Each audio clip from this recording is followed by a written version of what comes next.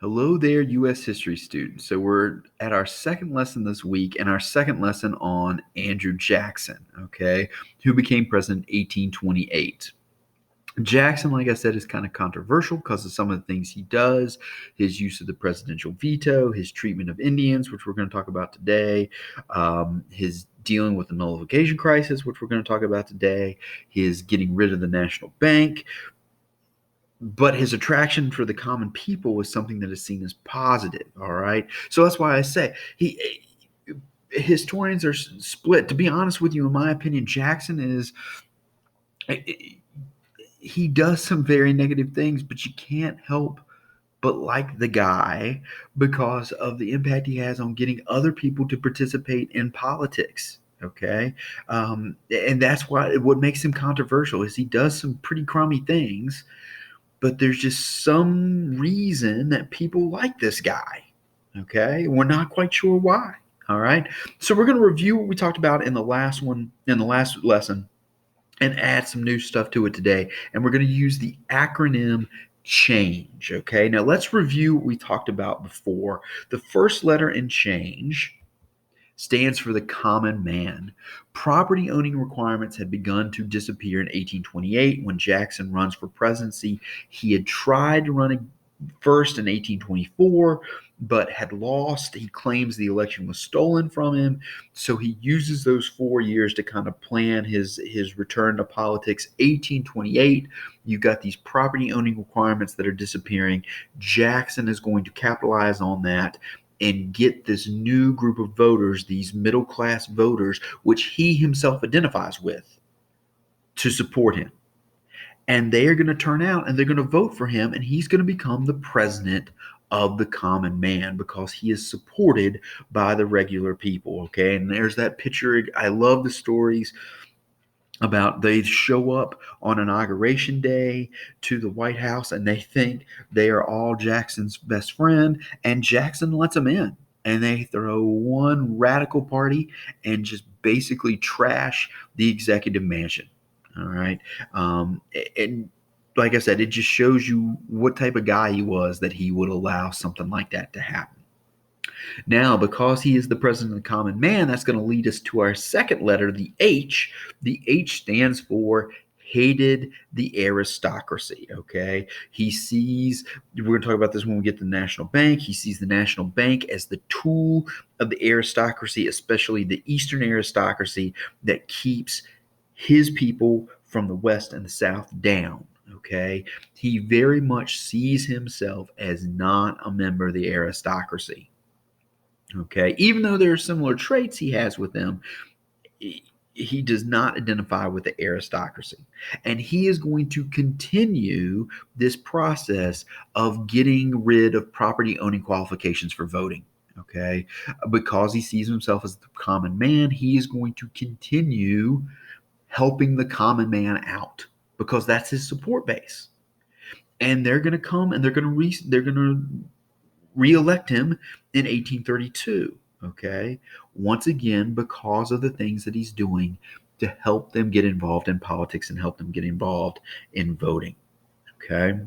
Now, our third letter, A, stands for against the bank. All right. Again, we talked about this. This adds right along with what we've been talking about. He sees himself as president of the common man. He hates the aristocracy. He sees the bank as the tool of the aristocracy to keep the people from the West and the South down. He sees that as undemocratic because you have people from the West and people from the South trying to get loans, and the bank saying, no, we're not going to loan that money out to you. And what does Jackson do when he gets into power? He gets rid of the bank and he uses a new presidential power, the power of the veto. Again, from the first lesson, the veto was in the Constitution. This is one of the checks and the balances that the executive branch has. If Congress oversteps its bound, the president can veto legislation. But it's never really been used before because the president and the legislature try to work things out. Okay, the president gives suggestions about legislation that would lead him to pass it.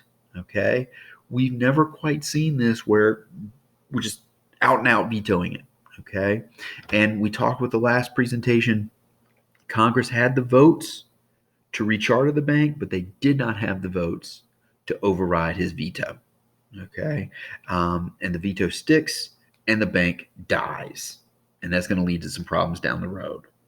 Now, a new issue that is occurring around the same time that the bank is getting unchartered, okay, around 1832, all right, is something called the nullification crisis. Once again, it's the same story that we've heard since the Revolution. There were tariffs, taxes, that were being placed around the country. And of course, people don't like paying taxes and they're getting upset about it. Well, this time it's the people of the South, specifically the people of South Carolina. Okay? They don't want to pay the taxes. All right? And their decision is we're simply not going to do it. In fact, it's like those taxes haven't even been passed. That's what nullification means, is when you go against a federal piece of legislation and you act as if the federal piece of legislation has not been passed, has not been created. So the South says we're not going to pay the taxes. And the reason we're not going to pay the taxes is because to us, it's like this stuff doesn't even exist. Okay? So the South wants to nullify the tariffs, wants to nullify the taxes. They're not going to pay them. And they're just saying, it's like you guys didn't do it in the first place. And here's where Jackson, this is controversial, okay? Jackson has already talked about being a president of the common man. He's already talked about how undemocratic the bank is. So the people of the South see Jackson as one of them, and they say, surely he will go along with this. And Jackson says, nope. You got to pay your taxes to the country. In fact, Jackson says, if I need to, I will march the army down into South Carolina, which is my right as commander in chief, and I will hang each of your leaders as a traitor. And for a lot of people, they just can't understand this. Wait a minute. You're a president of the common man. You just talked about how much you're going to defeat the Bank of the United States, and now you're threatening to send in troops to put us down. And a bunch of people in the South turn against Jackson. In fact, the South threatens to secede, to completely leave the country over this issue. Okay. And it is very possible that we could have gotten involved in a civil war much earlier than we actually do. Okay. About 30 years before we actually get involved in the Civil War. Civil war is threatening the country. All right. Now, luckily, cooler heads prevail. Okay. Both sides kind of back off. Jackson never sends any troops down. Nobody gets hung or anything like that. And we kind of work things out and the country stays together. But there is still this tension under the surface between the North and the South that is eventually going to bubble up in the 1860s and lead us to civil war. Okay, so once again, we come very, very close to war. Once again, there's this problem over taxes. We talked about it during Washington's presidency with Hamilton and the Whiskey Rebellion. That's what the whole revolution was about taxation and representation, all that stuff. Now we've seen it again. And once again, we've got that tension between North and South. It is going to get harder and harder for us to ignore that. And we are eventually going to get involved in civil war. But that's a story for another day. Now, back to Jackson. Okay, so we got the nullification crisis. Another thing we talked about with the last lesson, this is the G in change. He gave friends jobs. All right, and I love this picture right here. This political cartoon says, to the victor go the spoils, okay? Because that's what this is. It's the spoil system.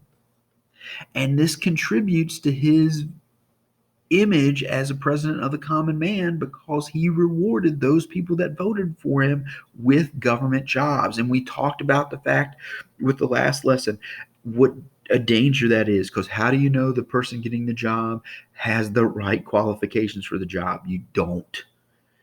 And that's going to lead to some problems down the road. Okay. And Jackson certainly is not the first politician to ever do this. In fact, he's if you go back into Greek and Roman history, you saw the same thing, okay? He's not the first president, and he's not the last president to have to do with this either. But because he's seen as the president of the common man, this really comes up during his presidency. Then the last letter, okay, of change, E, stands for enough with the Native Americans. Jackson has a very, very strained relation throughout his life with Native Americans. And to be honest with you, when he becomes president, he keeps pushing them further and further west and putting them on reservations. But he never gets them far enough west for his liking. So eventually, what he decides, I've had enough with these Indians. What I'm going to do is I'm going to pass the Indian Removal Act, which will move them west past the Mississippi, okay, into a bunch of this uninhabited land that we've gotten from the Louisiana Purchase, because we haven't started putting people out there just yet. We're going to put the Indians out there and let them stay there. And it is a horrible, horrible piece of legislation. The Indians endure a lot of hardship. There's a lot of death because for a lot of them, they are getting moved from warmer climates in the South and the Southwest and being forced out west into some Midwestern states that have a very, very colder climate. And these Native Americans are just not used to it. And probably the most famous example in terms of its brutality involves the Cherokee Indians that are moving from the Carolinas, from North Carolina, South Carolina, Tennessee. They're going to be moved out west, and that journey is called the Trail of Tears. Okay, we're going to come back and we're going to talk about relations with Native Americans later when we do with expansion and stuff like that out west, and we'll make reference to Jackson and the Trail of Tears. But I forget right offhand, I think it was like 25% of the Native Americans on the Trail of Tears, the Cherokee, are going to die on this journey out west. And this is one example in a much bigger movement called the Indian Removal Act. So it was on the books. This was a piece of legislation, and this is just one small piece, one small example of that piece of legislation. Okay, the Trail of Tears involving the Cherokee. Now that's it, okay? Very, very short acronym. Hopefully now you're beginning to get a better picture of Jackson, seeing why he's so controversial. He's president of the common man, which I got to say appeals to me because you're getting more people involved in politics. But then you're going to turn around and you're going to do things like the spoils system. You're going to get rid of the Bank of the United States, which is going to lead to the Panic of 1837. And he's not going to be in office to deal with it. You've got his relationship with the Native Americans, which is very, very controversial. So you've got all these negative aspects. But then on top of it, he takes a stand and he says, no, you Southern states, you're not going to rip this country apart. Okay. In fact, there's a White House dinner. And there's some Southern congressmen there, and they want to put Jackson on the spot, and they think that he's going to side with them over these tariffs and these taxes. And he says, nope, the Union has to be preserved. And that's all he says. So you got these negative things, but at the same time, he loves the country, and he believes what he is doing is preserving the country. Even though you're destroying the bank and maybe giving jobs to people that don't deserve it, and you're displacing a whole group of people that are part of the country as well. He believes what he's doing is right for the country, and that's what makes him so controversial. Okay. Now, our last lesson this week, again, we're continuing with these themes of presidents and expansion. Our last lesson of the week is going to deal with expansion out west into Texas and California, except there we're going to be dealing with the country of Mexico. So that's going to be our final lesson for the week, is Texas, California, and Mexico.